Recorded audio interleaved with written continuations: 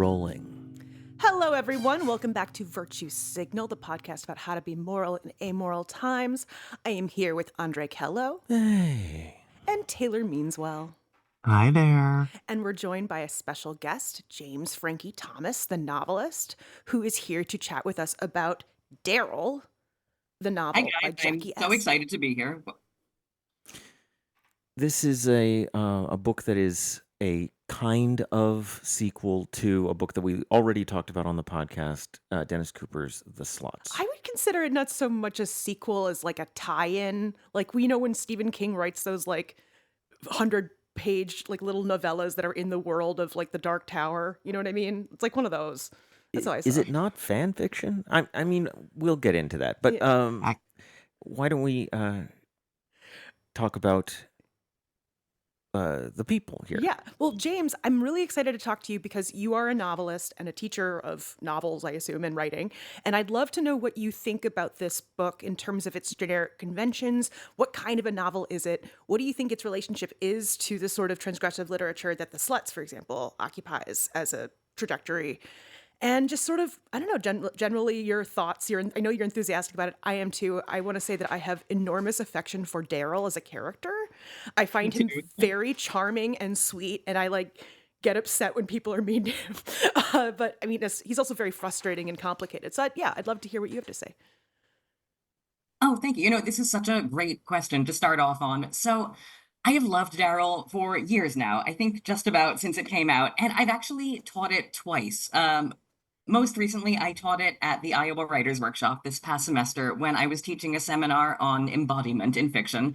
But before that, a few years earlier, I taught it in a different class that I was teaching in a different program on contemporary American writers. I was like under assignment to teach various books from the last 10 years coming out of the US, just to give everyone sort of like a survey taste of what's going on in the landscape. And I actually, in a way, even though that was a stressful class to teach and the Daryl week was the most stressful week of all, I'd love to hear that. I think back on that a lot as a way of like shaping my thoughts about Daryl. So I want to talk a little bit about how that contemporary American writers class shaped my thoughts on Daryl. I designed the syllabus for that course without knowing who my students would be. And I have to do this, every time I teach any class. And then once I met my students, I quickly realized this is not really the right group of people to appreciate Daryl. This was a class that had a lot of older retirees. It was an extension school and a lot of older people, not online, extremely not online. And they did not get Daryl. I have this one woman, this very cool woman who was, I think, 86 years old, living on the Upper West Side. She hated Daryl so much, she like couldn't let go of it for the rest of the semester and would like throw it in my face for the rest of the semester. That's that she so hated Daryl. Though. You did a good job then. That she learned something. Sorry, what? That's good. When they hate something, that's just as good as loving something. Maybe later on we can talk about that particular question because I have a lot to say about that in particular. Yes. About the relationship between love and hate, the relationship between hate and contempt, and the relationship between contempt and compassion. Andre's been reading Schopenhauer again, team. Yeah, I have He's coming in hot. I have spent a good portion of this last week rereading Schopenhauer and other people about the concept of misanthropy as it relates to this novel, because I think Daryl, the character, has a very interesting relationship to the concept of misanthropy. But please, James, continue. Oh, sorry. Well, so obviously that put me on the back foot quite a bit. And I spent so much time that semester trying to not only defend Daryl, but even like describe Daryl, because once I was like put in the position of having to explain why I wanted to teach Daryl, then I felt like my mind going blank. So I've probably thought more about like what Daryl means and why I think people should read Daryl than I have about any other book. You didn't teach him in So context. this is the Right? perfect guest. You are the most qualified person to speak on this. It's true. Unless we could somehow get Daryl here. When I taught it, Daryl is in our when hearts. I taught it at Iowa this well, when I taught it at Iowa this semester, the students really did enjoy it, so that was a relief. But I still I feel very protective and defensive of Daryl. And interestingly enough, it was another student in that class I taught where everybody hated Daryl who sort of opened my mind to the way I like to look at Daryl. This was a class where the students had to post reading responses for every book, reading responses every week. And there was this one student in the class who I could always tell by her reading responses that she had read the first couple of chapters and then would like fake her way through You the could rest, always which, tell, yeah. whatever, not my problem. She was busy. That you can always tell. When Yeah. it was time for her to when it was time for her to read Daryl, she described, this is really interesting. She, in her reading response, described Daryl as a novel about recovering from drug addiction. Oh, Her reading buddy. response, like, this is such a searing novel that like describes the experience of being addicted to Just like G, and talking about it it like takes it's him through Go his Ask rehab and Alice. his recovery. And in a funny way, this opened my eyes to the novel because it made me realize, like, oh, in the first few pages, the novel does feel like it's going to be about that, but it's not about that. And that made me realize, oh, every few pages, the novel tricks you into thinking it's going to be about one thing, and then it's not about that at all. So since then, I've really come to think of Daryl as an exercise in subverting reader expectations. And just about every rule you can think of for a novel, And James, Daryl violates. And to that, I also think that's the thing it yeah. has most in dialogue in common with the sluts is that's where it takes for the subverting of expectations. It's not the like, sex, drugs, rock and roll stuff. It's what you're just saying about the subverting the reader's expectations in order to create. Honestly, I think this book is a realist novel. I think that's a generic component that it holds. I think that it's kind of like, it reminded me a little bit of Daryl reminded me a little bit of Holden Caulfield in the way he speaks. He's like, oh, you really want to know what I think, blah blah blah blah. Oh, but I don't really know. Whatever. Another classic literary misanthrope. Exactly. So yeah, I just wanted to jump in and say that, and I also wanted to clarify, James. I assume for the extension course you didn't teach sluts as well? I did not teach the sluts. One day I would love to teach the sluts, but it's not within the last 10 years of fiction. So that makes sense. Okay. It wouldn't fall. All right. But another thing that, by the way, if I had to come up with the word, you were calling it a tie-in. I would call it a spin-off of the sluts. I would call it an unauthorized spin-off of the sluts. It's pretty clearly fan fiction, right? I mean, by the time that part comes in, it does behave much like it reads like fan fiction does, right? It has that kind of tone. What? Yeah. What do you mean? Maybe. I would say it's a little more critically in conversation. Well, I'm not here to litigate what is and isn't fan fiction, but one thing I want to say it does have in common with the sluts is that, like the sluts, it is sort of epistolary, but unlike the sluts, we never get any kind of context for like the context in which Daryl is writing these documents. Like, it seems to be a collection of found documents, but unlike the sluts, we don't actually know what these documents are. We only ever get the most occasional hints that there is an audience for what Daryl is writing, and that there's more of these posts that we're not seeing. Right. It's just his and we thought never process. hear the audience react to it either. Yeah. Well, he does say that Yeah, he's thinking about writing a book. Yeah, that's true. Which is very Lovecraft. It's very Lovecraft protagonist to be like, and when I write my book, I will have my knowledge shared with the world. I think Lovecraft is a very funny name to evoke an analysis for Daryl. Yeah, I think he's, well, I mean... I appreciate you for it. One thing I think is really funny about the epistolary aspect, there's one line at like the halfway point of the book where he says, maybe I should wear that dress again. You guys remember that, right? Let's go that one. Addressing the reader for the first time ever, presuming the reader has familiarity with this incident that has not appeared on the page yet. It's, I think, maybe the only time that Daryl suggests that there's more of these posts that the reader of the book is not seeing. Which some would say is a postmodern move, but I think is firmly modernist. Like, I think that's a firmly, like, this is a very, there's something about this novel that I find so refreshingly conventional. I think the reason that it's stuck with people so much is because we get this character finally, who to me is straight, in terms of, like, the complicated person, straight out of, like, the mid-20th century, like John Cheever, John Barth, all the Johns, and, like, it's sort of, like, he's such a realistic person, and you feel like this kind of guy in the world, and we haven't had that kind of character in a while. I feel like literary fiction, like, lately has been, like, I don't know, like Night Bitch, or, like, stuff where it's, like, they're using different conventions in order to excite the reader, like they're invoking magical realism or whatever, but it's never really, like, it's not, like, we don't have a character we really root for or love. I think this is why Camille Breaker from Sharp Objects has been such a star, is because we have these, like, real people that we can walk around their head and like it and enjoy walking around in their head. And Daryl's one of those guys, and we haven't had one of him in a while. Okay, can we say just briefly what happens in the book? Oh yeah, we always do this. Sorry, James. Taylor, do you want to do the honors? You usually do.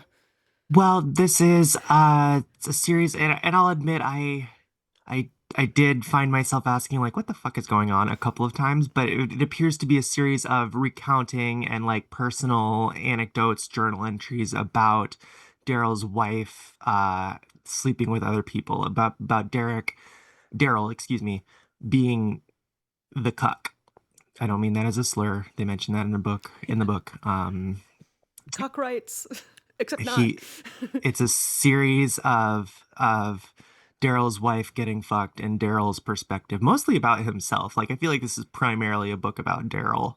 Oh yeah, it's called Daryl and it's about Daryl and he's ready to yeah. But no, I agree with Right, you. but Yeah. you'd think with a cuckold fetish, it's like I'm thinking about other people. No, no, Well, this is about Daryl. That's a good this point. is one of the reasons that I think that the book is about misanthropy, Mm-hmm. because Daryl does seem to feel incredibly alienated from everybody else, despite having this lifestyle that involves, being engaged with a lot of different people in different kinds of sexual activities and meeting new people in Well, his that's 40s. And I mean, how also does that happen? well, that's also such the Mark Twainness of it all. That's why I keep talking about it as like a modernist novel. It's like here's this guy, and he's just like on the road, ready up for it, on adventures, wandering around. Well, he's up for it, but not in like an Earl of Rochester way. No, no, no. I Right? mean, He doesn't even seem to enjoy having all of this sex. he's trying to he's like what I want millennial men to try to be is like he's so available and like willing to do the work and is vulnerable, you know what I mean? And he has all these problems, but he's like thinking about them and like I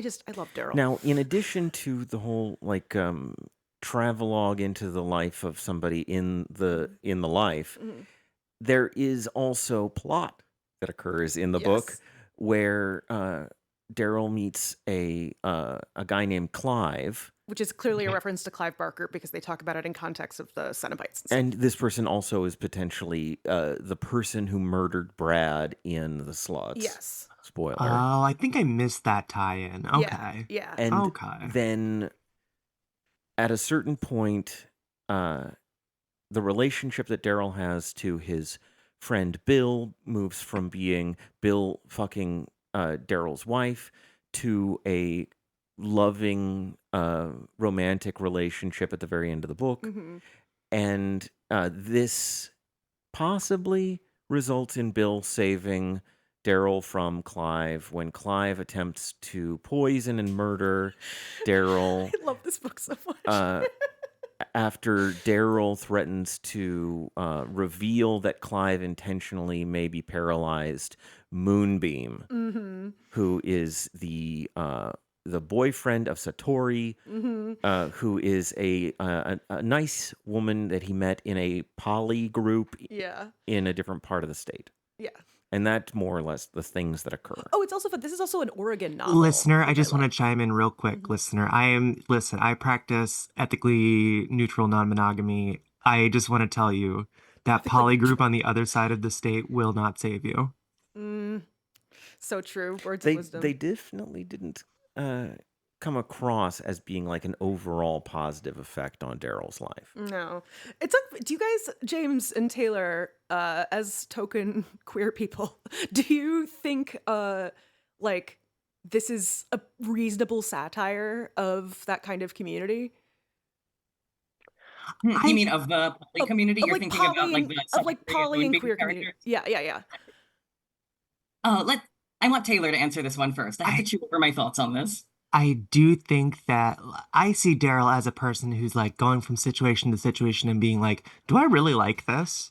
And I do think that there are a fixed percentage of polyamorous and, people just trying like anything sexually experimental who are like, doing this to see if I like it rather than I'm doing this because I like it. Yeah. And I don't feel like Daryl is a guy who makes any like firm stances. I see him as a that's very true. pliable, open-minded guy. Now there's a Which is quote part on of what I like about him. there's a quote on the cover of the book, on the cover at the top. Eleanor, will you read it out loud? From Tori Peters, who writes, honestly, I think similarly modernist novels. A brilliant novel of a seeker, like The Pilgrim's Progress, refracted by queer internet culture. A seeker, somebody who's A looking. seeker. Ooh. Yeah. Did I tell you guys that one of my old friends' exes is like one of Tori Peters' short stories as a stand-in character for my old friend's ex, and it doesn't Whoa. portray her very The flatteringly. world is such a small place. It is. It's Oh, very that is small. such a tantalizing blind item. I want to figure out. Transgender is a small town. I see it as like a Richard Scarry, like busy town. That's what it's like. Everybody's got their job, you know. And so Everybody's many a of them are in the big Defense Department. Okay, so James, what do you think? Okay.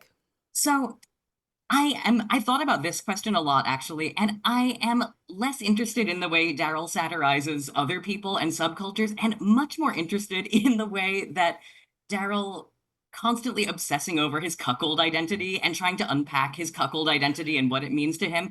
I'm really interested in a way that that functions as a sort of stand-in for a lot of the early transition self-searching that is so familiar to so many of us. And I think most of the trans people I've talked to about Daryl really enjoy how it just sends up this mind space, this headspace of early transition without actually bringing transness into it much It's at all. brilliant. And Yeah.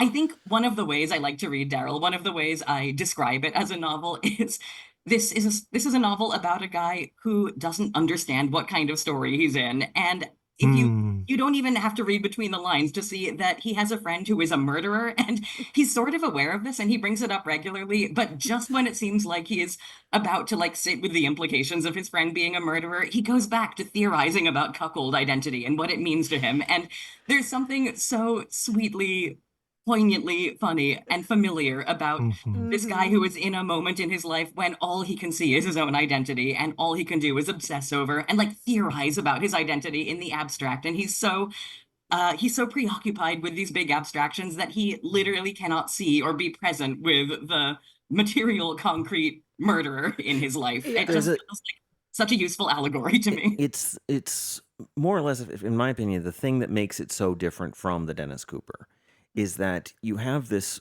setting that's like these transgressive novels of Mary Gateskill and Jane Delin and people like this, right? And then at the center of it is a total dumbass. Yes.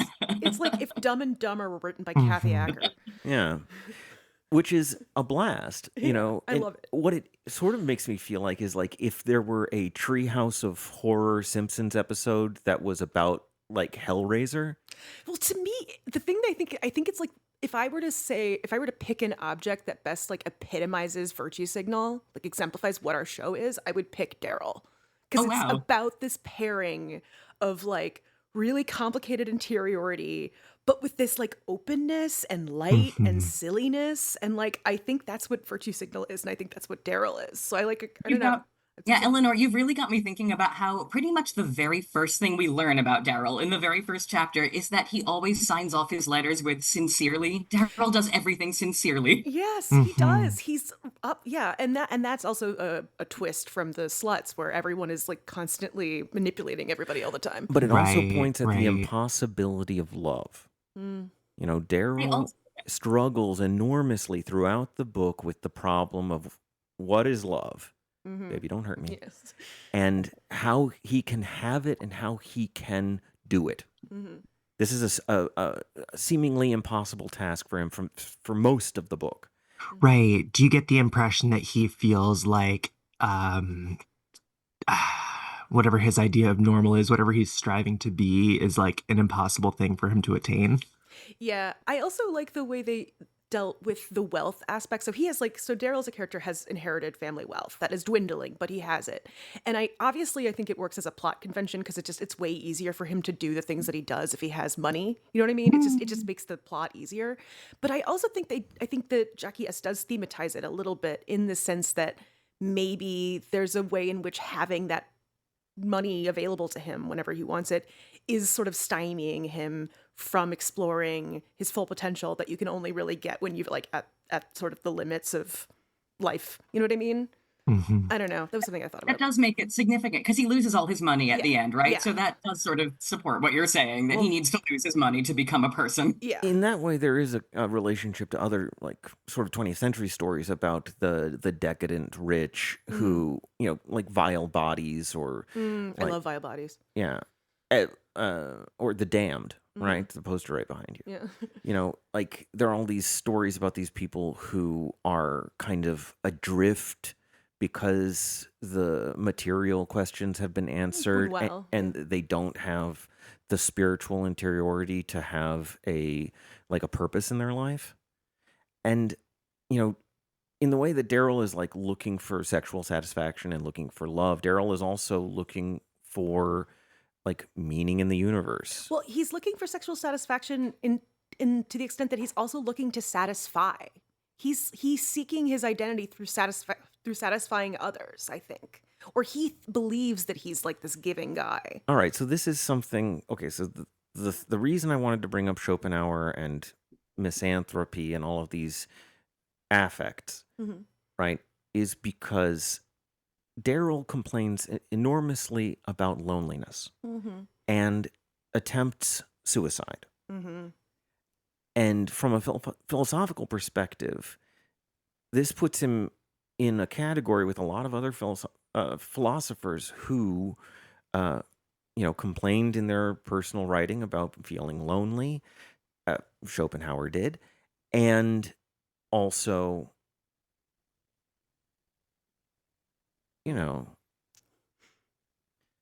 committed suicide.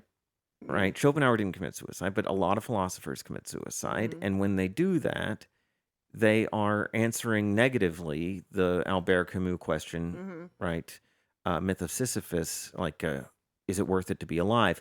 Like, there's a potential for maybe a negation of one's entire philosophical project if they answer that question wrong, Mm-hmm. you know? Hmm. And so Daryl, I think, is constantly trying to answer the question, is it okay to be alive? Mm-hmm. And he has a very difficult time finding a way to say yes to that question. Yeah, how to live in this unlivable world. Yeah. Yeah. But he's not, I wouldn't call him a doomer or a pessimist No. either. He I works really do very, just very see hard him to as find like, something positive in the world.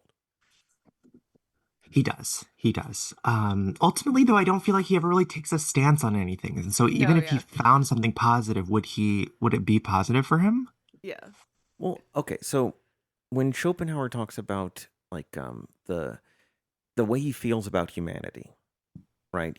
For him, it is derived from a rational conclusion, right? He starts with reason and then moves on to feeling, Mm-hmm. right? He doesn't cut straight to the feeling. Not like Carly Rae Jepsen, no. He thinks about it at the top. He could learn something from Carly Rae Jepsen. I think Daryl is doing the opposite. I think Daryl is focusing on feelings Mm-hmm. and then trying to rationalize them.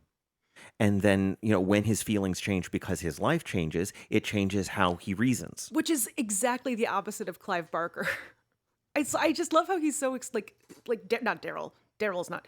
Jackie S is so explicit in how she has these like tie-ins with like with Clive Barker, and it's sort of like literal but also not, and like with the sluts. It just feels like the book is so open and constantly in conversation with everything in the world. So the specific thing that I wanted to discuss is this thing that David Bather Woods wrote in Mind journal back in January of this year, which is this idea that that if misanthropy is a rational conclusion that a person comes to as a result of paying attention to the way in which human beings are constantly failing to live up to their moral obligations, then the response to that conclusion, the misanthropic conclusion, is an emotional response, and it can be different ones, right? Love is impossible to the misanthrope. Mm-hmm. As we've heard in the past, there's a thin line between love and hate, and hate is the default, right? Hatred toward humanity for betraying you by failing to live up to its own values. And Schopenhauer says, no, but hatred itself is a vice. And so if you don't want to be as bad as the rest of humanity, you have to make the decision to, instead of being hateful, be contemptuous. And he posits these things against each other, right? And that it really has to do with the extent to which you are able to recognize the humanity in others. the more you hate, the less you have contempt. He says that there's no contempt that is entirely clear of the taint of hate. And then eventually he's like, and then you can get all the way over to compassion. The Taint of Hate might be a good name for this episode. I like it. Hard to say, though. But so, like, I think that Daryl does a pretty good job of finding a way to be compassionate for everyone that he encounters. The people, Sometimes to a fault, right? Yeah. sometimes to a fault, Often, at the yeah. very end, to his own demise, Yeah, his own possibly. peril. It's my opinion that at the very end, the book, since he's incapacitated with a hallucinogen, he becomes an unreliable narrator, and we have no clue what happens Andre narratively said at the he end of the thought book. the ending was a cop-out, but I didn't. I thought it was great because also I don't believe in endings. I have a thing where I don't, like, I've read the book Moby Dick many times, but I've never actually read the ending because if I read the Oh. ending, then What? it's over. Yeah. Yeah. The ending's the best part. I know. Huh. Well, I like if I read the ending, then it's over, and it's like Heart this were thing a I have. mortar, he would have shot I it know. upon the Andre's beast. quoted it to me so many times. I This, feel like I dear have. listener, James, anybody who doesn't know, if you were like, if you drew Eleanor in Secret Santa, you would say to yourself, "Oh, I need to get a little whale-themed I'm knickknack." pretty obsessed with Moby Dick, but yeah, So it's the like this thing. revelation, that So is a shocking one to yeah, me. well, I just I love it so much. I don't want it to end. And so with this book kind of doesn't really end either. It just sort of like stops, which to me is real. Like I don't think there really are endings. I think like things just sort of stop. You know? If the ending is actual and those events occurred, and the reason that it feels so much like a fantasy is because of the disorienting effect of the drug that he's on, That then is, I think, a very like literal way to read the ending. I'll tell you the way that I have always read the ending is one thing I've noticed and discussed a lot with my students both times that I've taught this book is that Bill does not have any dialogue for almost any of the book until in the final chapters we do get some dialogue for Bill, and he starts speaking in this romance novel dialogue. I love when he says, Daryl, no, it's not about dying, it's about living. And I think Daryl in narration even says, I felt like I was in a romance novel. And nothing about this novel has felt like a romance novel up till now, which at the end makes me put down the book and think, wait, what is the genre of the book I was just reading? And the effect of this ending, which like just leaps into this other genre, has this really destabilizing effect on the reader. And you think back on all the genres this book has taken you through before ending on this one. And I mean, I find it so pleasing that the word genre is etymologically related to gender. And I put down this book thinking, I cannot pin down the genre of this novel, and I cannot pin down the gender of Daryl.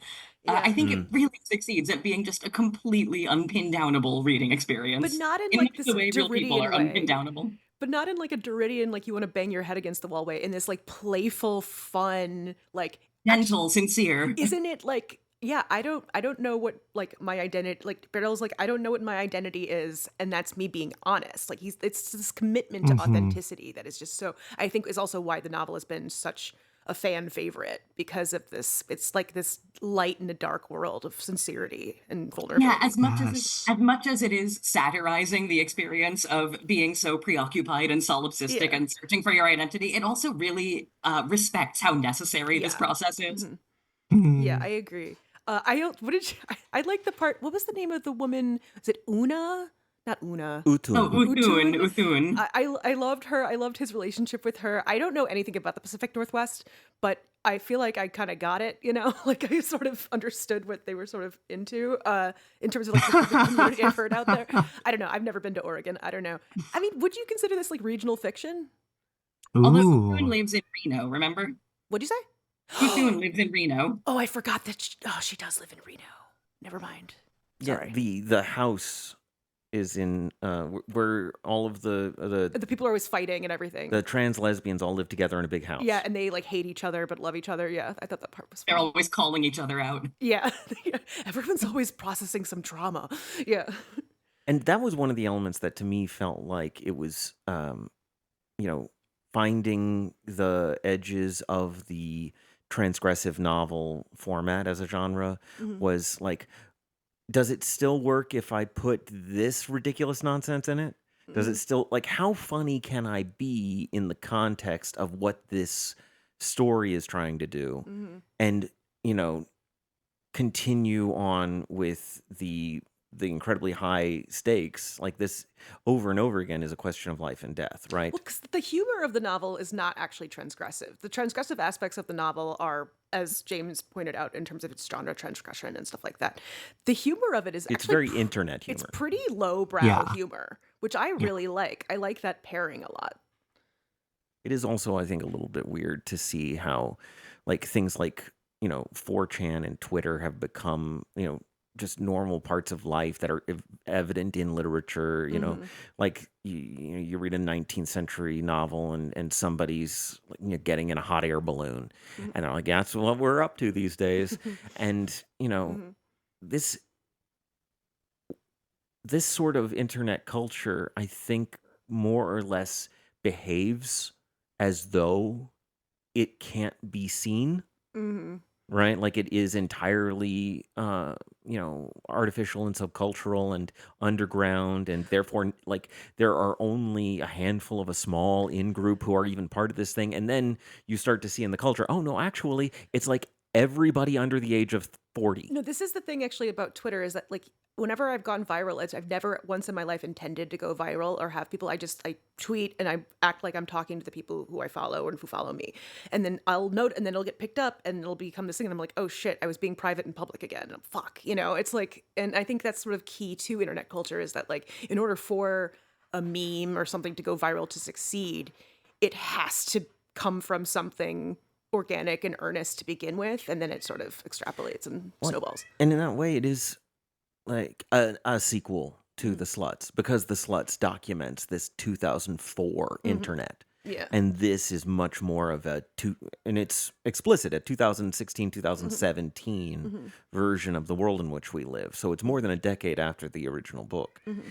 And it does feel like the internet has been transformed in that way into the one where, people feel like it's possible to connect with other human beings in a social way, like as real people, Mm-hmm. as opposed to in 2004, where the internet was exclusively the domain of anonymous, Pornographers. right? Yeah. Like the monstrous inside the human, Yeah. right? That's not the world that, even though Daryl's on 4chan, he doesn't see the world that he interacts with online as being as full of monsters as his actual life is. Yeah. Hmm. Well, I think that's a really well said because I noted that too of like this is a reflection of how the internet is different. yeah. I think it also metonymizes the cuck as a kind of lurker, like a forum lurker is Oh like yeah. the cuck of the internet Interesting. culture. Yes. I saw that sort of alignment being made. I hate lurkers, by the way. Wow, Post yeah, that die. the cuck and the lurker are very similar. One thing that Daryl talks about a lot, I noticed on this reread, is that his identity as a cuck is inherently relational, and that you Mhm. can't have a cuck without like a hotter, bigger, stronger man and a Yeah. woman. That a cuck can only exist in relation to other people, even though he does feel like his own person. And I feel like you could say the very same thing of the lurker, right? The Mm-hmm. lurker is a relational identity, Mm-hmm. even as he wants to disappear. Yeah. Yeah. No, that's true. And isn't that just queerness too? Isn't there just this sort of like being like turning outward? Well, it's the alienation and loneliness of Daryl, I think, that makes him into a misanthrope, right? This isn't somebody who judges other people for being bad. He seems to have compassion for other people There's from the tons of beginning, compassion for other people. but he's alien. He says early in the book he has no, he doesn't think about women, Mm-hmm. right? Mm-hmm. And Mm-hmm. then he thinks about men, but he feels distant from them, right? He goes to Bill's house for, watching a college sport. Oh God, that scene was so That was my awkward. favorite part of the book. Yeah, and Oh, then he's like I helping. just want to cut in here and say that whenever I teach this novel, everybody likes that part of the book. And I want to point out on a craft level, I think the reason everyone responds so much to this scene is it is actually the first scene in the book. It's about at the halfway point.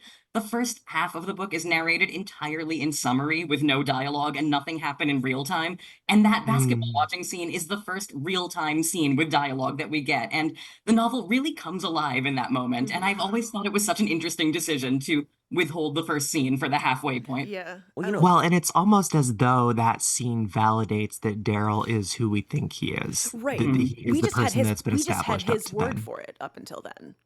Yeah. right, because he's not who he thinks he is, and he's not who other people thinks he is. He's who he thinks other people thinks And the he way is. he sort of outs himself in that scene, what is it? He like starts to clean up or something? Or no, he's like, "Hey, can I bring you another He beer?" refills Bill's beer. He He says, looking a little sits dry there, Bill. he sits too close to He Bill. sits too close to Bill and refills his beer without like, yeah, that's that is if that's not a satire of masculinity, Well, it's the I don't kind know. of like paying attention to subtle social cues and their consequences that you see in like 19th century literature, Yeah. you know, in like Henry James. Oh yeah. No, it's well. That's why I keep going back to the modernism of it all. But yeah, yeah.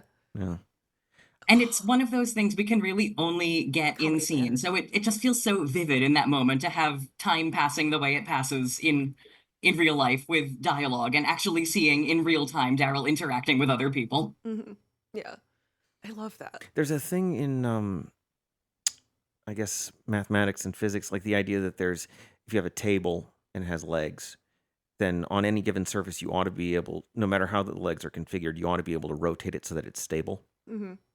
And I think that Daryl is trying to rotate himself until he feels stable. Yeah. He keeps trying different configurations of himself until he feels at home in the world. Right, which is the Mm. seeker thing, and it's like goes back to what Taylor was saying about the kind of person who's like trying out sexual situations, not because they're into it, because they're trying to figure out what they're into. Right, he's trying to Yeah. pick the lock that opens the door into the world. Which is just like that's The whole time so he puts a dress on again, you yeah. know? I don't know. That's the only like motion that I see in terms of him like developing an opinion about something. I don't know. I don't mean this in a negative way. I don't dislike Daryl whatsoever, but I do see him as just like kind of the wind chimes Mm-hmm. that are being that are just gently swaying. Well, Andre told me that we were talking about this the other day, and he was saying Daryl feels like a dumb character written by a smart person, which I think Yeah. is probably true, and also a reasonable criticism. You know, like yeah, you see the seams there a little bit. Well, Quick shout out, by the way. I went and looked up Jackie S.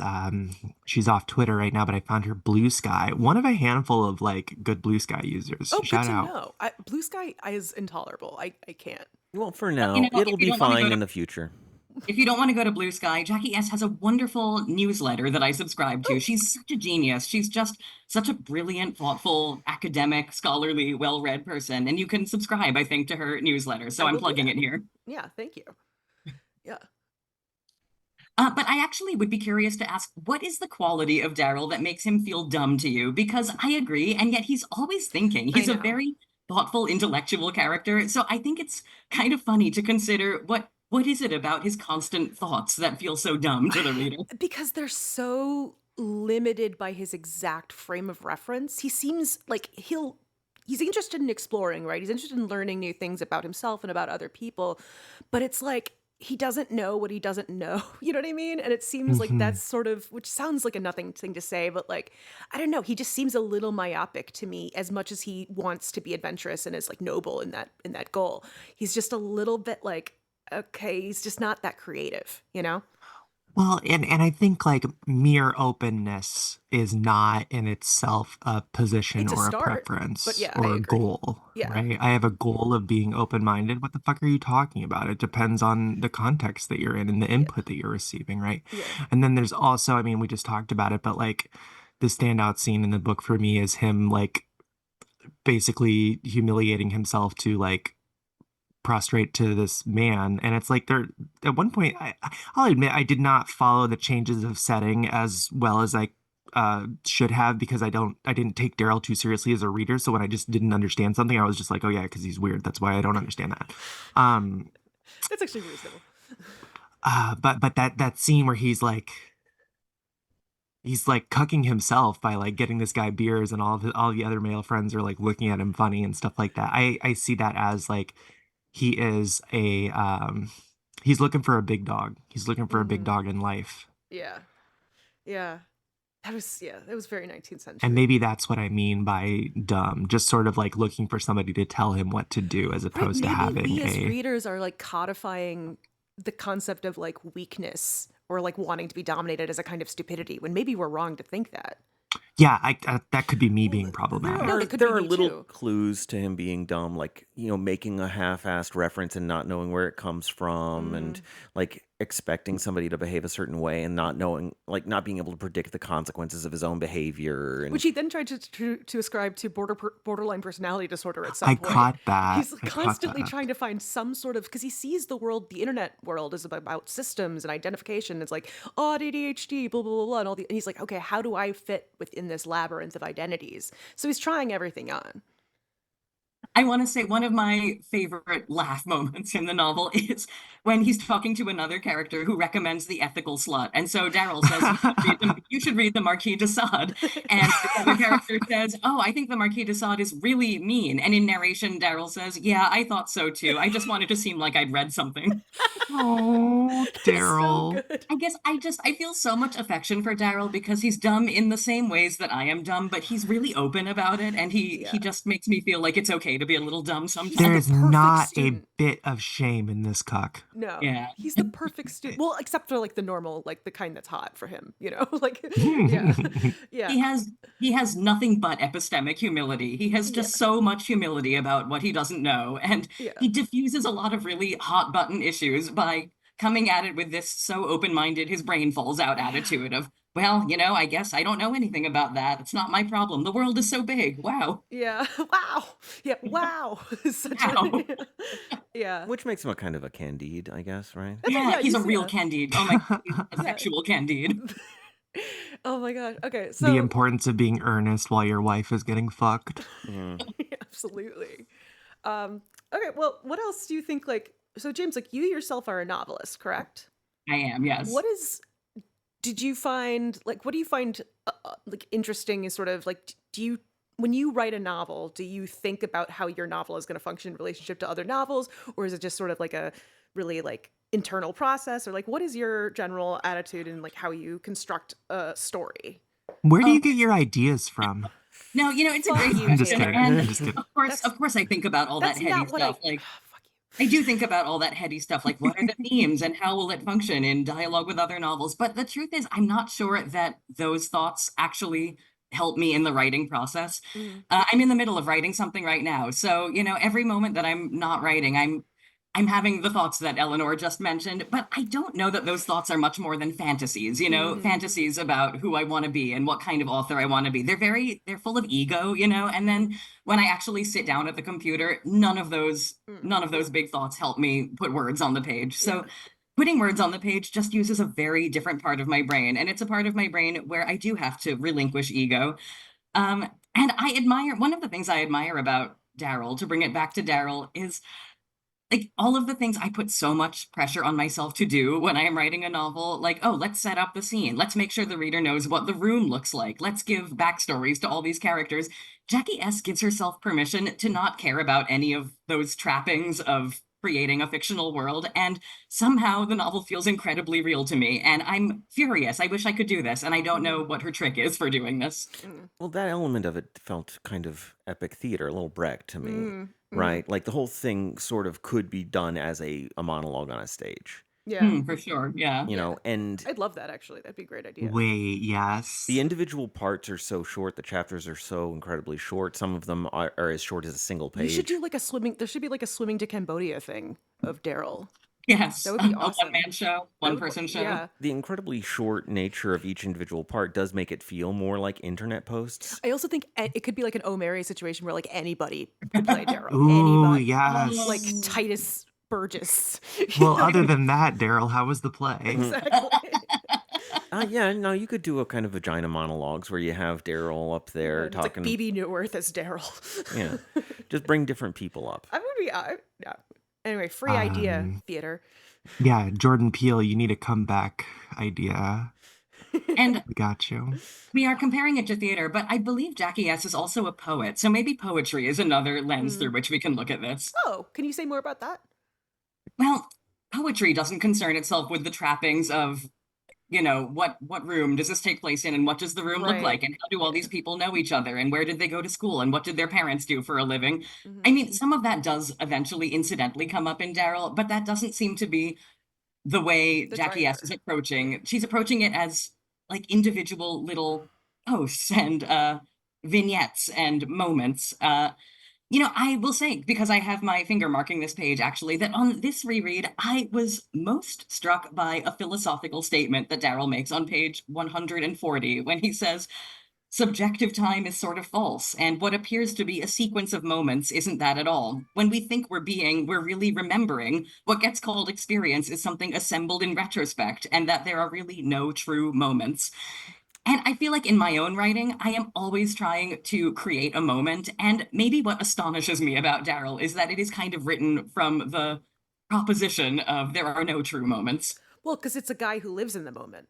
So if there He, can't, he's so in the if you moment that he can't only even exactly, perceive the moment. if you only live in the moment and you're like this sort of like queer version of the Big Lebowski, like you can't see it. You know what I mean? Like you're just like sort of Oh, all right, go with the Now, flow. is Like, this does this you just occur? made it click for me. mhm. That's what he's dumb in the way that the dude is dumb. Yeah. Does this occur during the moonbeam shared Yes. meditation? This Yeah. is the mindfulness meditation scene, which I do believe is the longest scene in the entire novel. Hmm. This very long real-time It's a short mindfulness novel. meditation sequence. Yeah. And it's also a sequence that, despite Daryl's protestations, is a linear experience of time moving through what it Yes. is to be there in that meditation. Yeah. So Exactly. So I think on this reading, I was really reading the whole novel as wrestling with the idea of, are there any true moments? Is this a true moment, or is everything just assembled in well, retrospect? And another it's way of looking at that question is the difference between understanding your life through reasoning or understanding it through affect. So Oh yeah. I would actually And like, I love that you compare him to the dude from The Big yeah. Lebowski, because you could also see the dude as completely the opposite of Daryl, so embodied and so Yeah. calm and in the moment.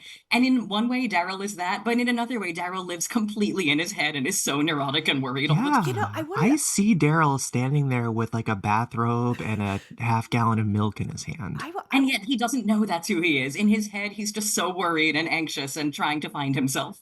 There is no him in his head. There's only other in his head, right? Um, And he seeks to find himself through that and ultimately fails like anybody would. I'd like to bring in another frame of reference for understanding this novel, and I hope I won't get booed because this concept and language has been abused by the internet and by Gen Z in particular and millennials. I see Daryl as a ADHD icon. I when he's talking about like meditating and like the inability to like experience time without like thinking Mhm. it, like I felt that in my bones. Like there's a kind of just impulsive relationship that he has to time and to other characters and himself that is constantly being agonized over, and he's like worried that he's being seen for who he really is, which is someone who's not supposed to be. So I don't know, that was something for me. I felt like he was Hmm. just like, this is a guy who doesn't understand how to like pretend to be a normal person, and so he just like opens himself up to this radicality, this like radical approach to relationships as a way to compensate for that because he can't pretend. And he was never forced to learn how to pretend Yeah, because because he he had never money. had to have a job. Yeah, exactly. Yeah.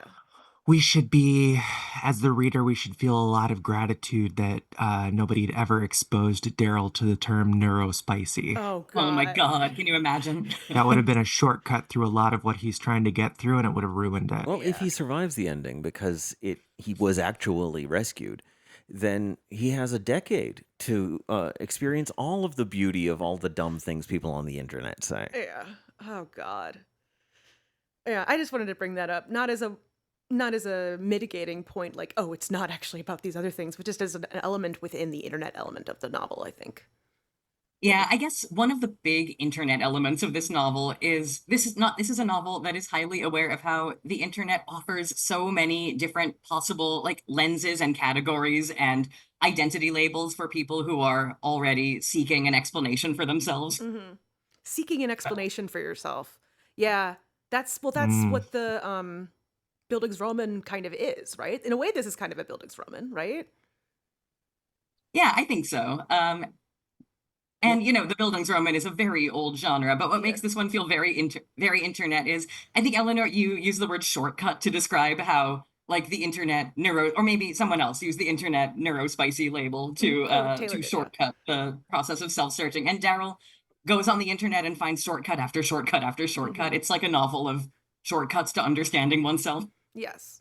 Yes. And there were books, going back a very long time of, grown-ups, not necessarily teenagers like in Catcher in the Rye, but, in like Steppenwolf and stuff, right? There are these people going through that kind of a struggle, this spiritual journey of, does this work? No, I'm sad. And then moving on to something else. And in that way, kind of an odyssey, Yeah. right? Wait, yes, in the sense that like it involves like a bunch of other dudes right next to his wife. That's 100% right. I love that. Oh my God. Chris Nolan direct Nobody has Daryl. fucked my wife. Nobody. Sorry. He I've is been an making Odysseus that same he's an joke for Odysseus who has never left the house. in Insidious. Yeah. So yeah, no, but to go back to my question about whether or not this is a regional novel, I guess it's not because of that very Odyssey aspect and that No, the it's a sense- West Coast novel. You think? Okay. I think Reno constitutes a portion of an area. I mean, the same way that like It's the Atlantic City of the West Coast. another name for this book could be Swingers, and the movie Swingers is about a guy who goes back and forth between L.A. and Las Vegas. I've actually never seen Swingers. I don't know. Wow. Yeah, I know. I'm I've sorry. gotten really into like how do I put this? I'm fascinated by the psychology and social dynamics of swingers and that like doing something that's like Well, I'm worried about swingers because they seem to be a dying breed because everyone's like Yes. poly now, and I'm like, what Yes. happened to swinging? What happened to this like? is why I'm an advocate for ice ethically storm. neutral non-monogamy. We Yeah. don't have to virtuize it. Nobody gets married anymore because there's no point. If you can't buy a house and you don't have enough money to have children, why in the world would you get married? Well, so- and these Well, you know- walkable cities have eliminated the need for key parties. It's so I think true. there is a reason that I believe, if I remember correctly, swinging as a social custom originated on military bases, right? The army didn't is know the that. place where everybody gets married. That makes a ton of sense to me. That's interesting. I think Okay, during the and so Korean with War is the when swinging originated on Korean War American military bases. And you have to formalize it because being a buddy fucker is such a dangerous thing in the military. You could get have to murdered formalize it, if yeah. you fuck your buddy's wife. But if you do it under laboratory conditions, then Right. it can be excused. It's fun. It's part of Which camaraderie. again- it's part of morale. Right. Which again, Well, is there's just the like way in there's which- like CIA agents who won't torture somebody unless they have an affidavit from a judge saying it's okay. You know what I mean? Yeah, well, it's just another way in which theatricality is invoked in order for people to be their authentic selves, right? I wondered he meets swingers and they're part of like a motorcycle gang. Mm-hmm. Like, to what extent is, like, in that case, the swinging an element of esprit de corps for the motorcycle gang?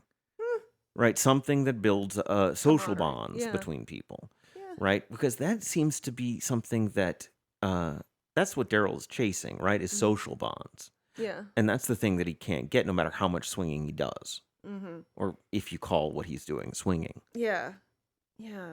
Daryl would probably correct you and say that cucking and swinging are vastly different worlds from Right? each other. This would be an example of the narcissism of small differences. Yes, really- absolutely. He's obsessed with like my thing is different and better than everybody else's. But when it comes to the way he sort of like feebly clings to his identity, it does sort of feel like he's, because he doesn't think that he has any way toward happiness outside of this world Mhm. of having an identity, right? He can't imagine the possibility of like being at peace without being part of something larger than himself, right? He hates his own company, despite the fact that he spends so much time by himself thinking about himself. This is why I've never related to introverts. Like I'm not an introvert. The idea of being by myself fucking sucks. I hate it. It's miserable. I'll go back to Schopenhauer Okay, very all briefly. right, dear listener. You show up to Eleanor's house after 8 p.m. That's actually a and good point. see if that same energy is present. Fair. But that's just because I'm old. Once again, I'll say Schopenhauer, The Shopes. saying his name. Say his name. Hashtag say his name. And, he says that your ability to endure solitude is based on your opinion of yourself. Ooh. Hmm. And so one of the reasons Daryl is so desperately trying to find a way to not be alone all the time is because he doesn't like his own company. Mm-hmm. Mm-hmm. He has Okay, well, I have a question to pose to you, which I think you might have answered, but like, is Daryl an agonized person? Does he experience like You know what? ennui Is well, I and think I he. mean, I why? think Where does the suicide attempts come from, if not that? what I think is Mhm. interesting is he seems to present a form of neuroticism that I've never really seen before. Like, what is it? What does it mean for like a Pacific Northwest wealthy guy to be Is neurotic? it a 21st century kind of neurosis, or is I it don't know. is it a version of the thing that we're familiar with in Holderlin and in Yeah, in yeah, Philip yeah. It's Roth definitely and in not like all a of Woody these things? Allen thing. It's something else entirely. It's more like the dude, right? Yeah. I don't know. That kind of neuroticism is interesting to me. I'd like to sort of chart that as we go throughout the show and see if we can find it in other places. Well, I mean, what do we know about philosophers who kill themselves? Right, Mm. people like Gilles Deleuze and Walter Benjamin and Mainlander, who we may cover Mm. on the show in the future, and Simone Weil. Right, Hmm. like, She died of love. That's how she would describe it. Sorry. well, maybe that's an interesting And distinction. also not eating. That'll do it. Yeah. Like, is there a meaningful distinction between different philosophers and their suicidal That's so impulses? true. There is, yeah, you do get that from some of the literature. It's like, no, my suicide is different from your suicide. And it's like, okay, I mean, all right. I think this is very much a problem of the will, you know? Yeah, I wonder, like, to what extent does Daryl uh, overdose because he affirmatively wishes for death, or is it simply a desire to negate the self that can be executed in a variety of ways? And one of the ways in which he attempts to execute it is by becoming part of something larger than himself. Yeah. it's that. I also think there's a way in which like people talk like his cuck identity being so important to him. It reminds me because it's a kind of source of trauma for him. It reminds me of the way that sometimes abuse survivors will talk about like my abuser. Like they'll use the term my abuser in this way that's very much like, oh, like this is a thing that happened to me and is like unique and different and it's like narratively compelling and important to me. And I think it's and because it's it's a way to sort of gain ownership of your traumas to sort of narrativize it and make it into Well, a it thing. turns you into the protagonist of what Exactly. happened, Exactly. Yeah. as opposed to like Clive, for Yeah. example, who is you think an explicit reference to Clive Barker, Hmm. and maybe in a broader sense to the kind of character that you see in transgressive literature. Yeah. This like Dracula style Exactly. monster. Well, we know that he's a registered Republican, but then in fact is actually like a far right Donald Trump guy. He But says that explicitly at and one point, also for some which is funny. reason like does grown up karate. I'm obsessed. He does do grown up karate. They're in a taekwondo class. He happens to be in a taekwondo class with Moonbeam. Yeah. Like, why How are those two? devastating is it to add the word grown up in front of a thing to make it sound that's awesome. Yeah. I'm keeping that. Yeah, you're welcome to. Look, everything I've ever created at any point in my life is public domain. I actually did one time. I have a friend panel, and one time he does a jujitsu and martial arts, and I was like, I remember talking about it. I was like, yeah, panel. He does grown up martial arts. It was like, oh yeah, because I think it's like he thinks it's like the most masculine thing about him, but it's like, oh no, that's No, it reminds me of when Curricular activity. Kramer yeah, did karate yeah, with the little exactly. kids in the class. Yeah. James, I'm sorry we interrupted you. Oh no, I was just agreeing. It's an extracurricular It's activity. so You don't funny. think of it as a thing for grown-ups. Yeah. God. And I think that like Clive on the one side is supposed to be terrifying, right? And he is terrifying. I mean, he maybe kills the main character at the end, but also, weirdly funny and pathetic Everybody is. because Yeah. he's like this Hannibal Lecter type, right? Who also just like agrees to go on a hike. Well, he's like Plankton in that he's this supervillain. It's stuck in this like fucking fast food restaurant. Like in his case, he's stuck in like the fucking Pacific Northwest with Daryl and Bill and all these fucking people. And he's like, but he has like grand aspirations of taking over the world, but he's limited by his circumstances, which is an inherently funny villain premise. Yeah, I mean, Lecter is spending his time hanging out with people in the FBI, Yeah. and Clive is hanging out with the biggest losers on And earth. going to adult martial art classes. Like, this Like, is. he's hanging out with them socially. Yeah, He isn't it's- even just using them for his crimes. Yeah. He's like enjoying his time spending with all of these morons. And it's really like, I lived in Carbondale, Illinois for a year, and I would meet Sorry. people like this, like at bars and restaurants. Like, I'd meet someone, I was like, oh, that guy like is probably like a serial date rapist, but fortunately he's limited by the limits of this community and won't actually, he's not actually capable of doing anything else. You know what I mean? Like, meeting people who you know are like, okay, well, fortunately, limited by your intellect and your environment, you will not actually cause lasting harm to the human race. I was walking home the other day with Jean-Jacques from day camp. And, goes to a local park and has fun with his friends during the day. And we were walking home at 3:00, and we were talking about tigers. And we read together as we were walking down the street the poem "The Other Tiger" by Borges. Mm-hmm. And the idea that there's like, you try to pin down this thing, this monstrous, incomprehensible thing outside of human experience, in the dark, in a jungle in Borneo. But the process of doing that turns it into a symbol, which robs it of its power, right? And Clive is like the tiger that is at the zoo. Yeah. Right? He's a tiger who has the strength, and he has the claws, and he has the teeth, right? He has the shining eyes. Did he who made the lamb make thee? Mm-hmm. But He's behind a cage. he's totally neutered, and any child can just walk up to him and ogle him to, to whatever extent is pleasurable to anybody, right? You can do what you like. He's neutered. Mm-hmm. Well, for me, one of the pleasures of the novel is the way we can only see Clive through Daryl's eyes, and Daryl so hilariously just veers back and forth between understanding this and not understanding this. There are multiple chapters, I think, where Daryl will be in the middle of some other thought and then almost parenthetically say, "Oh, Clive got arrested the other day. I have to pay his bail." And then like for a chapter or so, he will be like, "Wow, Clive isn't even a person. He's a vampire. He's a psychopath." And then in the next chapter, he'll be like, "Oh, Daryl actually helped me have a breakthrough. He taught me a way to break out of my thought loops. I'm so lucky to have a friend like him." Yeah. There And is I think- a kind of thing about cognitive behavioral therapy in the book, where there seems to be this sort of influence, on different levels, where at least Daryl seems to be aware of the concepts of it and trying to employ it in his own life, but it doesn't seem to be helping him very much. No. Well, he needs a better therapist. We learn that Clive is not even a licensed therapist. He's a hypnodom. Well, And yeah, you read the novel thinking Daryl should probably find a different therapist, but very relatably, he just can't get it together to find a different therapist, so he keeps going back to Clive. And that also brings me back to my like modernism slash realism slash naturalism element to the novel, because that in that sense he kind of reminds me of McTeague, who is a unlicensed dentist practicing and is a bad guy.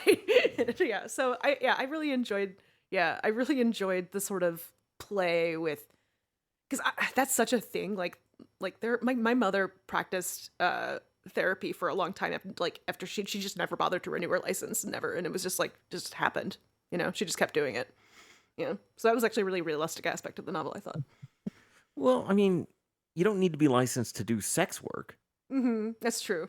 right? Yeah. You can just pay somebody to sit in a room with you. Yeah. Mm.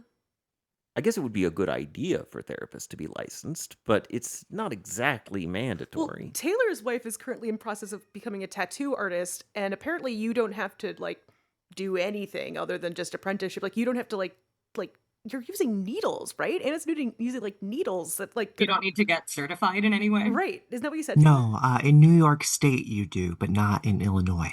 Oh, wow. Wow, that's crazy. Yeah, but New York State has a bunch of licensing things. That's why Mom Donnie's making it easier for people to open ice cream shops. Exactly. Yeah. That's right. That's Yeah. right. We're one executive order away from being in the farthest part of Queens that the train touches. Tattoos for all. Yeah, and so even our Marxist fantasy mayor is doing Reagan small government Deregulation. yeah. That's okay. No, I'm not allowed to be cynical about Mom Donnie because I'm not. I will I'm not prepared for the counter discourse to that. Yeah. So Yeah. I love him. He's perfect. I'm a real leftist, and I feel whatever you have to feel in order to be a real leftist to you, the listener. Like Daryl, you're whoever we want you to be. Yeah, Yeah. wherever you look. Yeah. I'm electoralist Daryl, Yeah. Everywhere you look. All right. just getting cucked over and over again. Uh, all right, James. Further thoughts about like when you teach the novel? I'd like to know. Could you said you talked to us about the extension students? The students at Iowa liked it. What did they like about it? What did they like about it? Let me try to cast my mind back. I just remember one student had this interpretation of Daryl as a sort of commedia dell'arte clown and had a very like tender attitude toward this character as like the classic clown character who is always the butt of every joke and just keeps like picking Mhm. himself back up to be the butt of the joke again. And that had an impact on me, I think. I There's a and kind of Children of Paradise nature. Yeah, yeah, and I he has his realized Lazzi upon that he does. You know, to go to back to Commedia dell'arte, like he has his shtick that he deploys. Yeah. Yeah, and I realized upon rereading it that Daryl himself actually invokes Commedia dell'arte in one chapter. Oh, So maybe really? that's where the student got the idea that Daryl himself is sort of aware of himself as I forget which Commedia dell'arte character he compares himself to, but it's actually in the text there. So I think that might be what my student was picking up on. Hmm. But that's the main thing I remember from my Iowa seminar discussion. This discussion of Daryl as a sort of lovable clown figure, a jester almost, who like shows us if we the reader are the king, Daryl is the jester who shows Hmm. us the most laughable parts of ourselves, and we just can't help but love him. He like because he is the clown, he gets away with showing us unflattering parts of ourselves. And Yeah. that really is how I feel about Daryl too. Like, I do that too, and I hate myself for doing that. But when Daryl does it, I can't help but love him for it. I love that. It reminds me, there's a section, there's the chapter, it's called Acting. It's a page and a half. And where Mindy gives him a toy Oscar saying he's the best supporting actor in their marriage. Yes. Oh, And then Christ. he's like, it's also the part where he's like speculating if he's borderline or not. But then on page 59, he ends it with, learning more about poetry has been a trip too. Lord Byron, man, he was a guy like Bill. Though maybe Bill's more down to earth. But back to the other thing, I figure any guy who isn't packing heat is going to switch teams. God knows I would have as a teenager. Whatever, other people's problems. Here's a joke. Take my wife, please. You know, Eleanor, hearing you read that part out loud reminds me that the other thing I always emphasize when I teach this novel to my students is one of the biggest rules that Jackie S. breaks over and over again is that Daryl speaks entirely in cliches. Yes. And I would never encourage a student to do this, but it's just so charming the effect it has here. I just love that Daryl cannot does. express an original thought in his own words. He's Even when he's always talking about deep shit, even when he's like talking about like mindfulness and like moments and the relationship, his memory as to time, he's talking in cliches. Yeah, I love that too. And it also, there is a writing exercise I have done where I force the students to use only cliches to describe something. well, you know, Daryl Yeah. does feel a little bit like that exercise. And knowing that Jackie S is a poet makes me certain that this must have been like a challenging exercise Yeah, for her it to just definitely feels summon like all an these exercise. cliches for Daryl. Like I was like, this is a thing you've assigned yourself. God, poets are always assigning themselves homework. It's the thing. You Yeah. you mentioned a thing earlier about how Daryl is sort of like looking for a king, Mm-hmm. Mhm. right? Like there's this, there's this Nietzschean idea that there's the rules for people, and then there's the people who don't, the rules don't apply to, right? Mm-hmm. And Nietzsche saw this as being like a way of understanding the world better. But the thing is, clearly not everybody is, going to latch on to these Nietzschean Übermensch philosophies. Not everybody wants to be like Clive and be like some serial killer, operating outside the law. A lot of people like being inside the law, Mm-hmm. and they want the, you know, the philosopher king. They want there to be a powerful God up in heaven and everything right with the world, right? Uh, and so there was one piece of it's a thing everybody knows from Shakespeare, from Merchant of Venice. Mm-hmm. It's the quality of mercy part. And Oh and my God, he's and totally I Shylock. well, it's Yeah. Portia who says this part, and I think Okay. Portia is an example of this kind of a character. Okay, I And so, think Shylock is too. and this is the thing: the quality of mercy is not strained; it droppeth as the gentle rain from heaven upon the place beneath. It is twice blessed. It blesseth him that gives and him that takes. 'Tis mightiest in the mightiest. It becomes the throned monarch better than his crown. It is an attribute to God himself, and earthly power doth then show likest gods when mercy seasons justice. I think that he sees himself as a person who deserves violent, dark justice. Mm-hmm. And he begs from the universe mercy. Mm-hmm. And he wants it to fall down gently like rain. And he keeps looking for someone who will do that. Or it's that line from Agamemnon, too, from the gods who sit in grandeur, grace comes somehow violent. Yeah. Yeah. It's desire for to be saved by something stronger and more brutal than he can imagine. Or he can embody. But he wants the thing that's more brutal than he can imagine. He wants it to be there. Yeah. Yeah. And then to show him mercy. Yeah.